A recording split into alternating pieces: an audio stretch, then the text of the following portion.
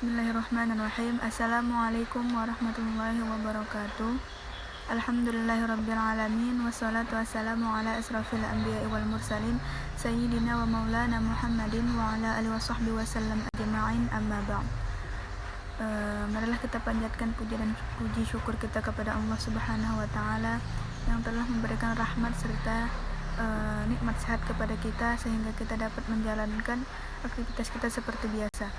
Salawat serta salam tidak lupa kita curahkan kepada junjungan kita Nabi besar Muhammad SAW yang telah membawa kita dari zaman kejahiliahan menuju zaman keislamiahan. Alhamdulillahirrabbilalamin. Baiklah, untuk mempersingkat waktu, kami dari kelompok 1 terdiri dari 2 orang, yaitu Muhammad Hidayatullah dan saya sendiri Sarini. Di sini kami akan menyampaikan presentasi kami, yaitu tentang hadis sebagai sumber ajaran Islam. Materi yang pertama akan dibawakan oleh saudara Mahmud Hidayatullah. Waktu dan tempat kami persilahkan. Assalamualaikum warahmatullahi wabarakatuh. Saya dari kelompok 1 akan mempresentasikan hasil kerja kami yang berjudul Hadis sebagai sumber ajaran Islam. Hadis sebagai sumber ajaran Islam. Hadis dalam Islam memiliki kedudukan yang sangat urgen, di mana hadis merupakan salah satu sumber hukum kedua setelah Al-Quran. Al-Quran akan sulit dipahami tanpa intervensi hadis. Memakai Al-Quran tanpa mengambil hadis sebagai landasan hukum dan pedoman hidup adalah hal yang tidak mungkin, karena Al-Quran akan sulit dipahami tanpa menggunakan hadis. Kaitannya dengan kedudukan hadis, di samping Al-Quran sebagai sumber ajaran Islam, maka Al-Quran merupakan sumber pertama, sedangkan hadis merupakan sumber kedua. Rasulullah SAW adalah orang yang setiap perkataannya dan perbuatannya menjadi pedoman bagi manusia.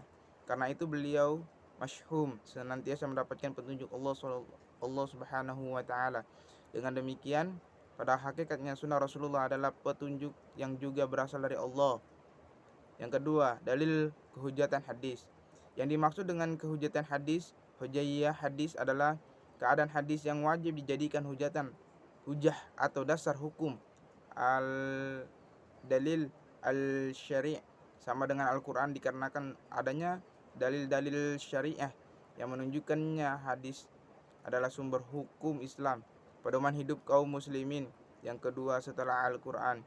Bagi mereka yang telah beriman kepada Al-Quran sebagai sumber hukum Islam, maka secara otomatis harus percaya bahwa hadis juga merupakan sumber hukum Islam. Alasan lain mengapa umat Islam berpegang pada hadis, karena selain memang diperintahkan oleh Al-Quran juga untuk memudahkan dalam menentukan hukum suatu perkara yang tidak dibicarakan secara rinci atau sama sekali tidak dibicarakan di dalam Al-Quran sebagai sumber hukum utama. Apabila hadis tidak berfungsi sebagai sumber hukum, maka kaum muslim akan mendapatkan kesulitan dalam berbagai hal. Maka berkatalah menurut sunnah Rasulullah SAW dan tinggalkanlah apa yang telah aku katakan. Perkataan Imam Syafi'i ini memberikan pengertian bahwa segala pendapat para ulama harus kita tinggalkan apabila dalam kenyataannya berlawanan dengan hadis Nabi Muhammad SAW, dan apa yang dikategorikan pengertian bahwa segala pendapat para ulama harus kita tinggalkan apabila dalam Asy-Syafi'i ini juga dikatakan oleh para ulama dan lainnya. Tetapi tidak semua perbuatan Nabi Muhammad SAW merupakan sumber hukum yang harus diikuti oleh umatnya, seperti perbuatan dan perkataannya pada masa sebelum kerasulannya. Untuk mengetahui sejauh mana kedudukan hadis sebagai sumber hukum Islam dapat dilihat dalam beberapa dalil, baik dalam bentuk naqli atau aqli. Dalam Al-Quran, banyak ayat Al-Quran yang menerangkan tentang kewajiban mempercayai dan menerima segala yang datang dari Rasulullah SAW untuk dijadikan pedoman hidup. Di antara adalah Allah Subhanahu wa Ta'ala berfirman, Qul ati'ullah hawa rasul fa inna tawallau fa innallaha la yuhibbul kafirin. Artinya, katakanlah, taatilah Allah dan Rasulnya. Jika kamu berpaling, maka sesungguhnya Allah tidak menyukai orang-orang kafir. Quran Surah Ali Imran ayat 32. Masih banyak lagi ayat-ayat yang sejenis menjelaskan tentang permasalahan ini. Dari beberapa ayat di atas telah jelas bahwa perintah mentaati Allah selalu dibarengi dengan perintah taat terhadap Rasul-Nya. Begitu juga sebaliknya, dilarang kita durhaka kepada Allah dan juga kepada Rasul-Nya. Dalil hadis dalam salah satu pesan yang disampaikan baginda Rasulullah berkenaan dengan kewajiban menjadikan hadis sebagai pedoman hidup di samping Al-Quran sebagai pedoman utama adalah sabdanya. Artinya, aku tinggalkan dua pusaka untukmu sekalian dan kalian tidak akan tersesat selama-lamanya. Selama kalian berpegang teguh kepada keduanya, yaitu kitab Allah dan sunnah Rasulullah SAW. Hadis riwayat Malik. Hadis di atas telah jelas menyebutkan bahwa hadis merupakan pegangan hidup setelah Al-Quran dalam menyelesaikan permasalahan dan segala hal yang berkaitan dengan kehidupan, khususnya dalam menentukan hukum. 1. Fa innallaha la yuhibbul kafirin. Artinya, katakanlah, taatilah Allah dan Rasul-Nya. Jika kamu berpaling, maka sesungguhnya Allah tidak menyukai orang-orang kafir. Quran Surah Ali Imran ayat 32. Masih banyak lagi ayat-ayat yang sejenis menjelaskan tentang permasalahan ini. Dari beberapa ayat di atas telah jelas bahwa perintah mentaati Allah selalu dibarengi dengan perintah taat terhadap Rasul-Nya.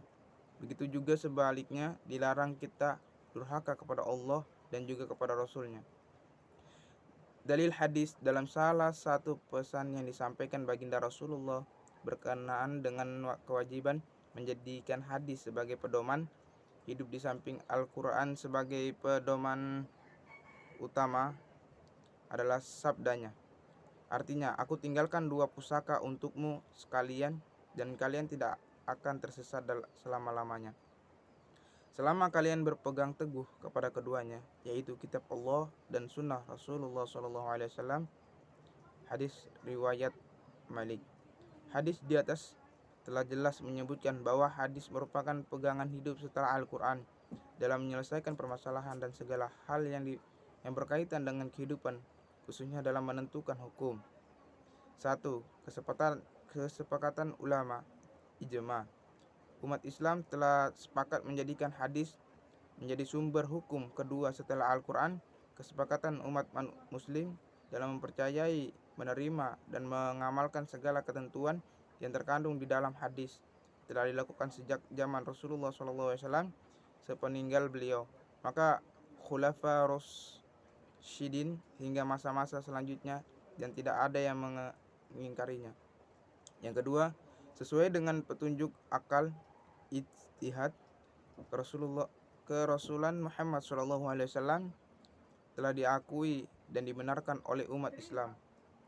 Di dalam mengemban misi itu, kedangkalan beliau menyampaikan apa yang datang dari Allah Subhanahu wa Ta'ala, baik isi maupun formulasinya, dan kadang kala atas inisiatif sendiri dengan bimbingan wahyu dan Tuhan. Namun juga tidak jarang beliau menawarkan hasil ijtihad semata-mata mengenai suatu masalah yang tidak dibimbing oleh wahyu. Sekian yang saya sampaikan. Selanjutnya saya kembalikan kepada moderator, Saudari Sarini. Baik, terima kasih kepada Saudara Mahmud Hidayatullah. Selanjutnya materi yang kedua akan disampaikan oleh saya sendiri, yaitu C. Fungsi hadis sebagai sumber hukum Islam. Al-Quran dan hadis sebagai pedoman hidup, sumber hukum dan ajaran dalam Islam antara satu dengan yang lain tidak dapat dipisahkan. Keduanya merupakan satu kesatuan. Al-Quran sebagai sumber pertama dan utama banyak memuat ajaran-ajaran yang bersifat umum dan global. Oleh karena itu, kehadiran hadis sebagai sumber ajaran kedua tampil untuk menjelaskan keumuman isi Al-Quran tersebut.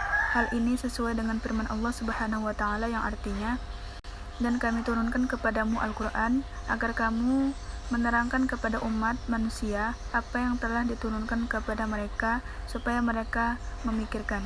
Quran Surah An-Nahl ayat.